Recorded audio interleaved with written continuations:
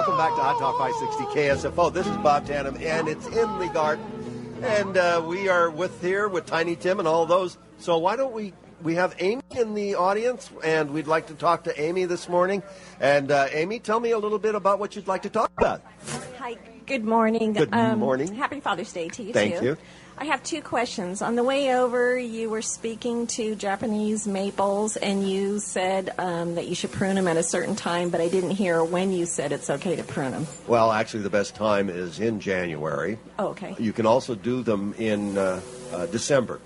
Don't do it any other month, because what will happen, it'll start putting out juice, like a sugar maple, okay, and attract all sorts of bad guys to the plant, like ants and stuff like that. So, and I found out that the hard way, because I was going to do it in the 1st of November one year. Bad news. Okay. We had all sorts of ants all over the place. But I got rid of them, with my famous ant recipe. But, that's one of those other things. Okay? Okay, can I ask one more question? Of course. I wanted to ask, what type of mulch do you recommend that looks pretty, too? Does the job and looks pretty? I like shredded bark. Okay. Cedar bark is my favorite. If you can't find that, you can find redwood bark, and it's all shredded.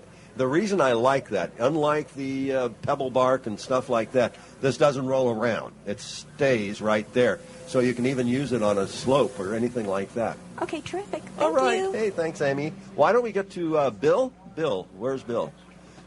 We have a Bill here someplace. Oh, there he is. Hi there, Bill. How are you all this morning? Fine, I'm fine. Good. From Grass Valley, so I have a pond, cattails, just starting about a 10-foot area. Anything to spray on them? Wow. That's a question I've never had asked before. Really? They're a problem. They really are. Roundup doesn't work.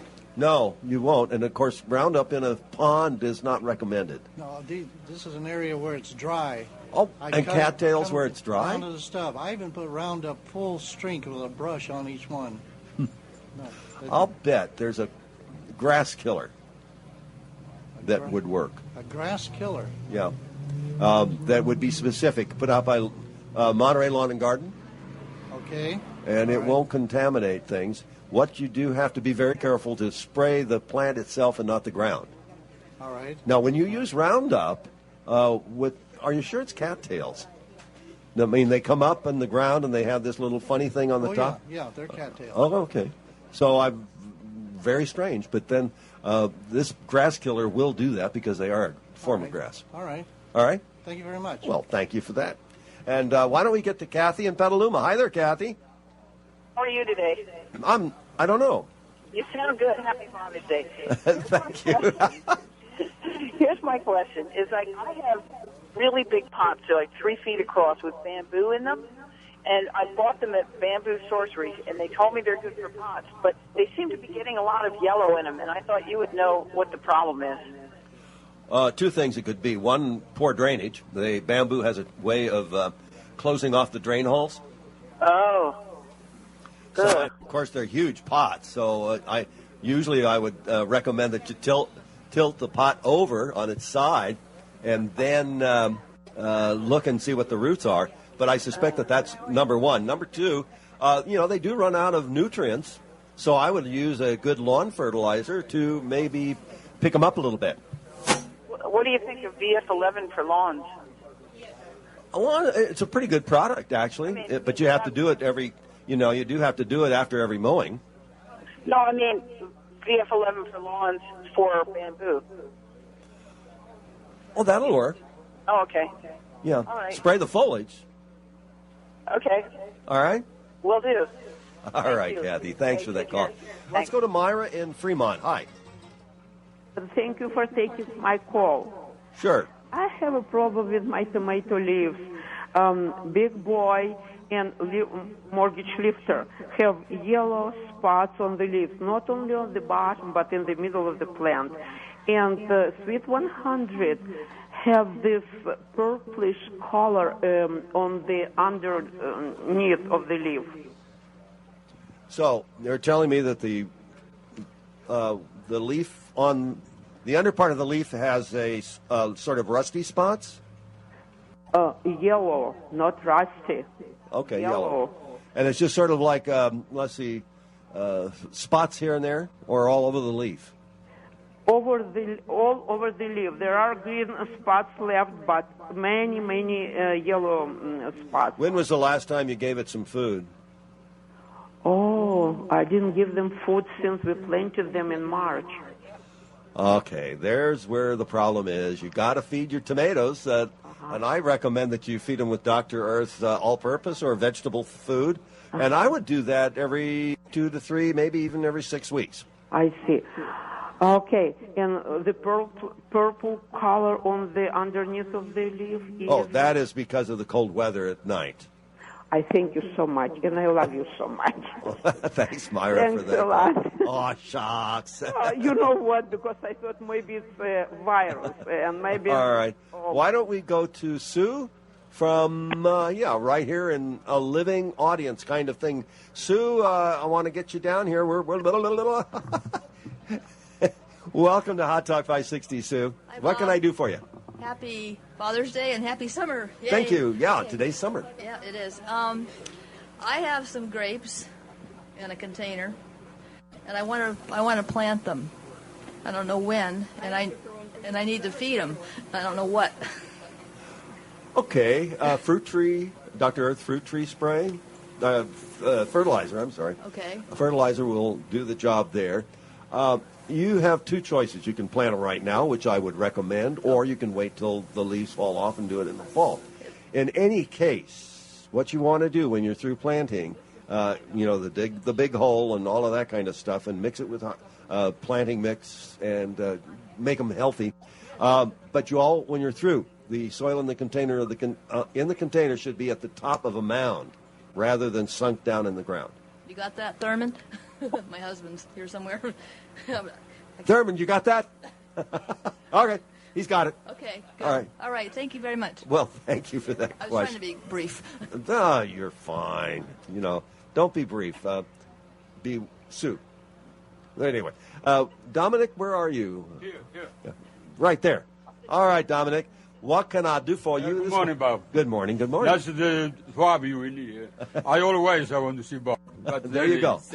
I hope you're not disappointed.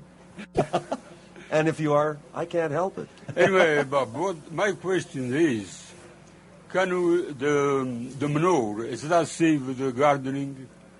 No sterilized manure, fresh manure from the farm. Okay. Is it okay to grow a garden? I normally don't recommend steer manure, okay? Because that comes from south and the pens and things like that. And you never know you never know what they eat and stuff like that when they're in those pens. Cow manure, I would recommend, yes. Decomposed cow manure would be fine. There are other things that are very good on the garden. I like horse manure because it's high fiber. And I also use Dr. Earth vegetable mix in with all of that good stuff. Anyway, I grow every year a big garden. Okay. And I had the beef stick tomato. Okay. Grown by sheep manure. Got it. 5 years aged sheep manure. Yeah. I grow the tomato, 3 pounds of tomato. Not just one, many. Okay. 3 pounds of beef stick, 7 feet cucumber. Okay.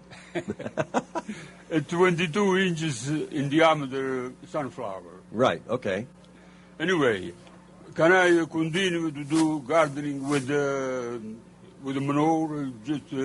Yeah, I would, one of these years, probably in the fall, what I would do is to get one of the little pH tests, because you can start building up acidity into the soil that way with a lot of that manure. I'm not sure what the pH of sheep is, but I've used sheep. I've used a lot. It's pretty hot. Yeah, so you want to be able to check that out. But you should strive to have a pH of around 6.5 to 7. 6.57. Okay. Thank you, Bob. Well, thank you. Appreciate it. All right, Dominic, you take care. Let's go to, let's see. We're about due for a commercial, aren't we, David?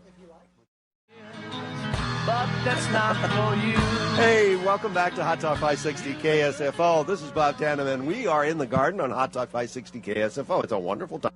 right now we have Patricia Williams, who is Sweet Pea's owner. Welcome, Patricia. Thank you very much, Bob, and thank you for being here. Well, thank you for the invite. It's been a great time.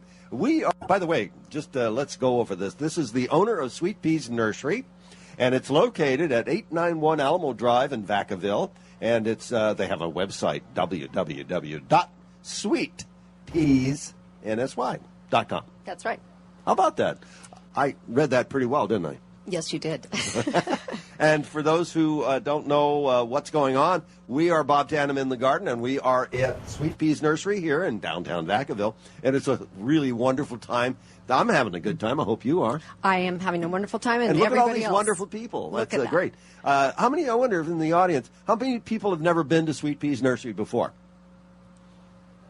Uh-oh. Everybody's been here. Yay. Good. That's a good idea. It's a great nurse. Beautiful, by the way. Thank you. Beautiful. I love.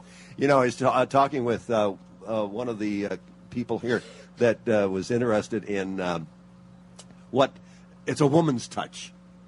Now, I own 2 nurseries in San Rafael and Belvedere, and I was smart enough to always hire a woman as a manager. That's right. Because they have a special... They're into colors, and arrangements, and all those kind of things. When we moved into our home at this time, I allowed Bev to put the furniture where it's supposed to be. Oh, that's a smart man. You got it. Oh, man. I would have never done that by myself. I would have put that couch over there. But she decided, no, that goes there. And so I was in pretty good shape that way. Anyway, Patricia, this is and you have owned this nursery for how long now? It's going on 10 years. 10 years. But I am a third-generation nursery here. Before that, it was my father's, and before that, it was my grandfather's. Wow. Now, see, nobody ever bothered to tell me that. So, without you being here or live, we wouldn't have found that out. That's right. And I'm proud of that, too. Oh, I would be. Oh, yes. Sure. And it's a great time. Now, I'm sure that your mother arranged everything here. Yes, my mom did, my dad did, and even my grandmother and grandfather sure have had their hand in it. Well, it's good. Now, business, I'll bet the vegetable business has been booming this year. Oh, vegetables and fruit trees and citrus and fertilizer, everything is just a lot of homegrown product. Because I guess people are finally realizing they can grow their own vegetables. Absolutely. And they should. And I'm delighted that they are able to, and it's a great time. So now, Patricia, you have been to other remotes. Yes, I have. And so you never came up front. That's the main thing. So I guess you have to own the nursery before you get the hot seat. Get into the hot seat, right? All right. Well, gee, it's great talking to you. Well, great talking to you too, Bob. I do want to say real quickly that thank you for you and Bev coming today on Father's Day. Wanted to wish you a happy Father's Day. Thank you. As well as my father, Curtis Williams. He's here in the audience, and happy Father's Day to you, Dad. I'd like to also thank Milo from Dr. Earth being here representing his organic line. And I'd also like to thank Mary from Kellogg Garden Supply. Thank you, Mary, Hi there, Mary. for supplying everything. And I would also like to thank my hardworking staff and coworkers. They put in a lot of hard work, and as we all know, it's a wonderful, wonderful nursery. Oh, so we also have a Happy Father's Day cake for both Bob and my dad, and all the rest of the fathers out there. Happy Father's Day to everybody. And everybody is more than welcome to come up and get a piece of cake and coffee, and then we'll move on to other questions. All right. We'll do that right now. All right. Hey, David, are we in a break yet? You can take a break whenever you want. All right. Well, you keep browbeating me all the time about this kind of thing. Anyway, why don't we get to some calls if you do that for let's go to James in San Jose, I think, SJ, about, a surprise. Tomato puck question? Yes, I have. I'm trying to grow tomatoes in 5-gallon cans upside down, and all 3 of them are wilted, and 2 of them have yellow leaves. Some yellow leaves. Wait, hold on. Upside down? Yes. Well, a while back, it seemed like everybody on TV was talking about growing things upside down and tomatoes, and so I decided to try it. But I've never had any luck growing anything in a pot. Yeah. One of the major downfalls of people growing things in a pot, you have to realize that these plants need water. Well, I may have given them too much water. Is it in it? No. Okay. As I get see, when they're upside down, the open side of the can is up, and the dirt, of course, is on top that way, and so it's very easy to water. Okay. How often do you water? Whenever it looks like the leaves are getting wilted, but then when they're wilted, I mean, that's a problem now. I know they've had plenty of water because I can reach down with my finger and feel that the soil is damp. Okay. When the soil is damp, do you really feel required to water? Oh, no, I don't. No, if it is damp, then I don't water. Okay. But they're wilted now? Yeah. And they're upside down? Yeah. And they don't want to grow down like they did on television. They want to try to grow up. Sorry. Okay. Is there any chance of turning them up, right side up? I could, yes. Because I think the problem is that the soil is being washed away from the root system as a possibility. Well, the roots are entirely covered with soil. Well, Okay. actually, it's potting soil. When was the last time you fed them? I fed them the seaweed, liquid seaweed, and I fed them the kind in the powder. So they've been fed. Okay. I mean, I know that in the 5-gallon can, they have to be kept. You have to keep feeding them. That is correct, and you have to keep watering them. Yeah. And you know what I would do? Now, they look wilted right now. Yeah. I would water them really well and see if you can't get the water. One of the problems that you're having is when you water, the soil is dried out and it's not absorbing water. Well, I don't know. When I reach down with my finger and I can feel that the soil is damp, I figure it must have enough moisture there. You know, I'd ignore that because maybe you don't have an educated finger. Well, I can tell when I take off my rubber gloves and make sure that I can feel the moisture. Okay. I would get on a cycle of watering like in twice a week and just stick to that watering schedule. Yeah. And then continue to feed. Now, maybe the feed that you're giving, maybe you're giving it too much. You know, there's the possibility of burning with even organic can, you know, if you get it too much, you're going to be stressing the plant at times. Yeah. So I would be careful with that. Well, since I've got 3 of them, I can try different things with the 3. Sure, that's what I would do. Okay. All right? Okay, thank you. Well, James, thank you for that call. We're going to take a little break right now and then get right back to all of your calls. This is Bob Tanem in the Garden, and we have Patricia Williams with us, the owner of the Sweet Pea Nursery, and we are at 891 Alamo Drive in Vacaville. This is Bob Tanem in the Garden, Hot Talk 560, and it's KSFO. Hey, welcome back to Hot Talk 560 KSFO. I'd just like to listen to that all music all day long. I like that. Well, whatever. Why don't we get to Alan from, and he's a local guy. He's going to be right here, coming up to the mic, stamping up the thing. So, Alan, what can I do for you? Well, I feel silly asking this question because it goes right along with the last question about tomatoes growing upside down. I live in an area that is overrun with deer, turkeys, you name it, they're there. And we haven't had much success growing anything. And so I got one of those topsy-turvy, grow them upside down for my father to give to him today. And I saw the look on your face when that guy was talking about growing them upside down. So I think I know what you feel about growing tomatoes upside down. But I'm kind of stuck. Well, I know that. So how much sunlight do I need? Full sun. A day? 6 hours minimum. 6 hours, okay. Yeah. Growing, you know, you see this stuff on television. It's wonderful. And the problem is they pin those big tomatoes on those plants before they take the picture. I believe that, yes. You know that.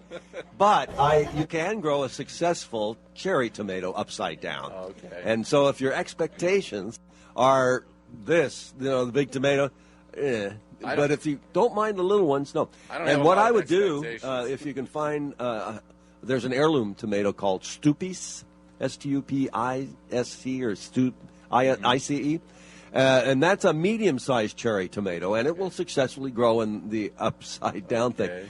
I still cannot visualize the upside-down in a 5-gallon can. I just cannot visualize No, this thing, it's nice. It's great. It's very convenient.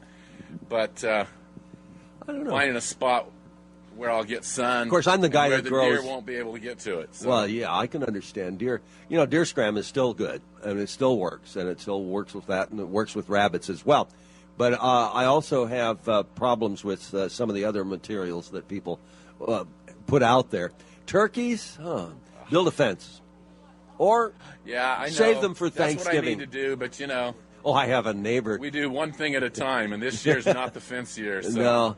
Well, paintball gun will take care of some of that, too. But there's a scarecrow on the market that works. It's a water, go yes. That works, and we'll get rid of the turkeys and a lot of other plants. The turkeys just come around behind that, though. They're smart. I've tried a lot of those things, so I guess the fence is the only option left. Well, email me all the things when you have successes. Let me do that. All right. Thank you. Hey, thanks for that. We've got, in case you're wondering what's going on, we are at Vacaville, and it's the Sweet Pea Nursery, and it's the 891 Alamo Drive in Vacaville. Let's get to I think I can't read it. Don in Burlingame. Hi. How you doing, Bob? Pretty good. I've got 3 bougainvilleas. 2 of them are doing very good.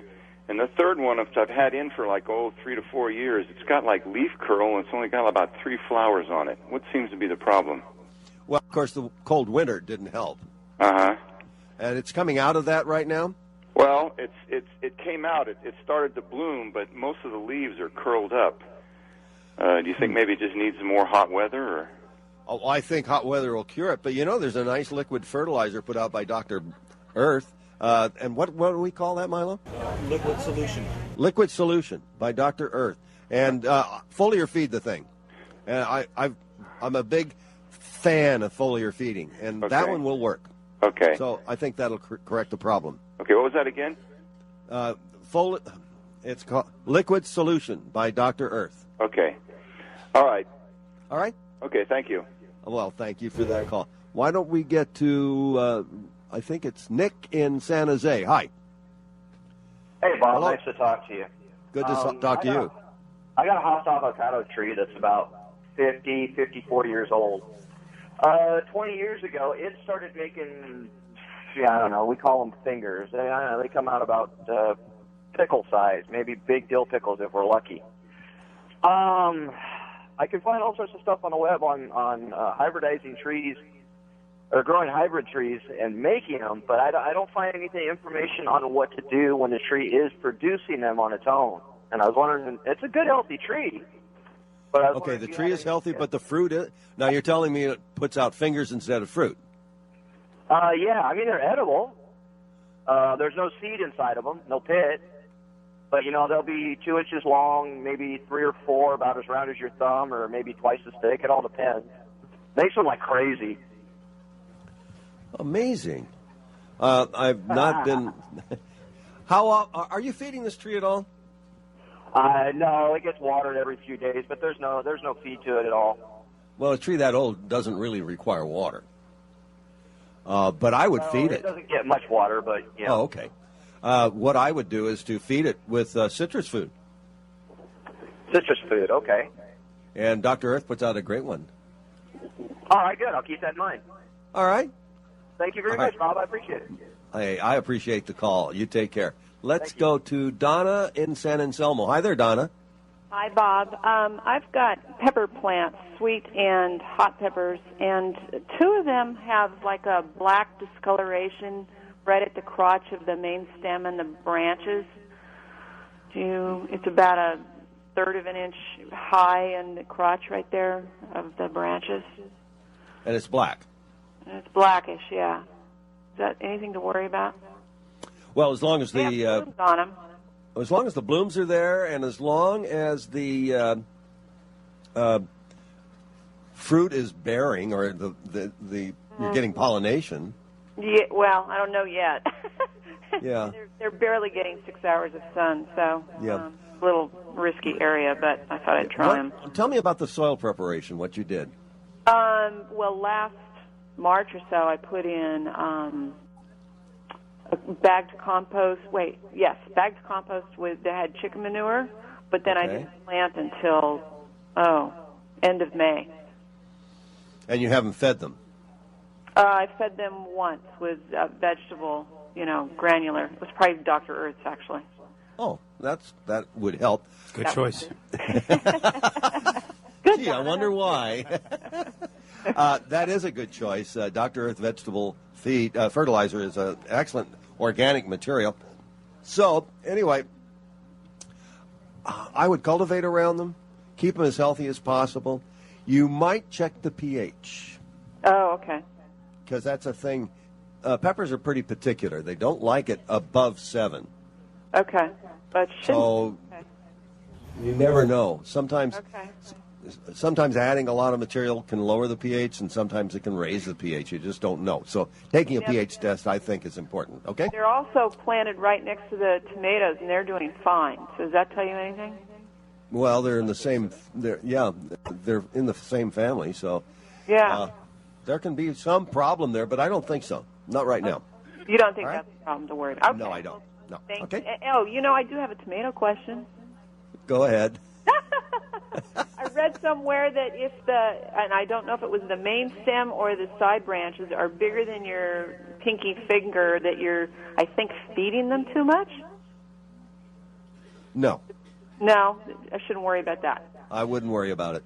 Okay. See, there's two things you don't have to worry about in your garden. Right. How about that? Thank you. All right. Happy Father's Day. Well, thank you, Donna, for that. Thanks, Bob. Why don't we go to Kathy in... we go Kathy in Calistoga, actually. Hi, Kathy. Hey, Dad. Happy Father's Day. Thank you.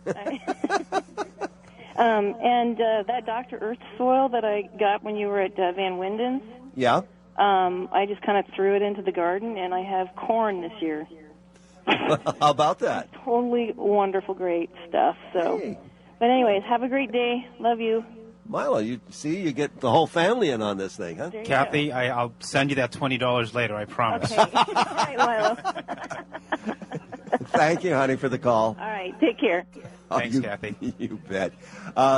We've got one more question, and we're going to go one more call. And this is Leon in Benicia. Hi there. Leon? Yeah, are you there? Yeah. Okay, I'm sorry. I'm sitting on the boat, and I lose you once in a while. Anyway, I've got tomato plants that have gone, the leaves have gone almost black. Can they get too much sun? No, what's going on is the cool temperatures at night. Oh, okay. Because I've seen them turn purple and almost black, and I've seen them in an earth box do the same darn thing, and I know they can't be overwatered.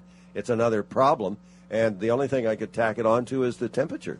Tomatoes, in order to be successful, cannot tolerate temperatures below 50 degrees. And believe me, we've had a lot of weather that way that's been way below 50 degrees.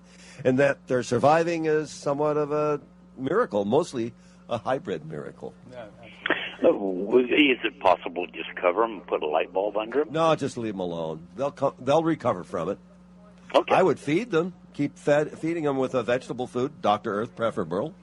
Right. That I've got. Okay. All right. All right. Thank you All very right, much. Leon. You have a great day. Happy Father's Day. Well, thank you. And same for you, I hope. All right. Thank you.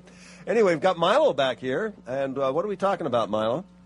Well, I kind of wanted to address what the organic lifestyle really means, Bob. Yeah, tell me about that. I know you're a huge proponent of it, and really what it means to me is that somebody doing things the way Mother Nature intended them to be. Okay. And, everyone, the big buzz these days, go organic, when really we've been organic all along. What happens is we became inorganic post-World War II. You got it. That's when we became antibiotic. That's right. And really everything I stand for is to support the organic lifestyle. Organic lifestyle is a clean lifestyle. It's taking care of the soil, feeding the soil, not the plant. And in essence, what we want to do is we want to make sure that the soil is as healthy as possible. When the soil's healthy, the plants grown in the soil are healthy. Makes sense to me. Yeah, well, it makes good logical sense. You can one of the things that I really have touted all these years is that organics and the healthy soil make the plant healthier, okay? Resist diseases, resist insects, resist all of the other things that are happening in the garden, but also, especially in the vegetable garden, produces healthier fruits and vegetables. You know, one of the things that most gardeners are not aware of is that there's a major corporation, an agro-business corporation that has two divisions under one company. One division's to grow things. Right. The other division's to kill things. Right. That's how they make their profits. So what they do is they sell chemical fertilizers that stimulate very quick, very fast growth. Mm-hmm. What happens is the cell wall, every cell wall, plant cell wall, is made of cellulose. There's a hardening agent on the inside of the cell wall that's called lignin. It's a combination of cellulose and lignin that give the cell, which ultimately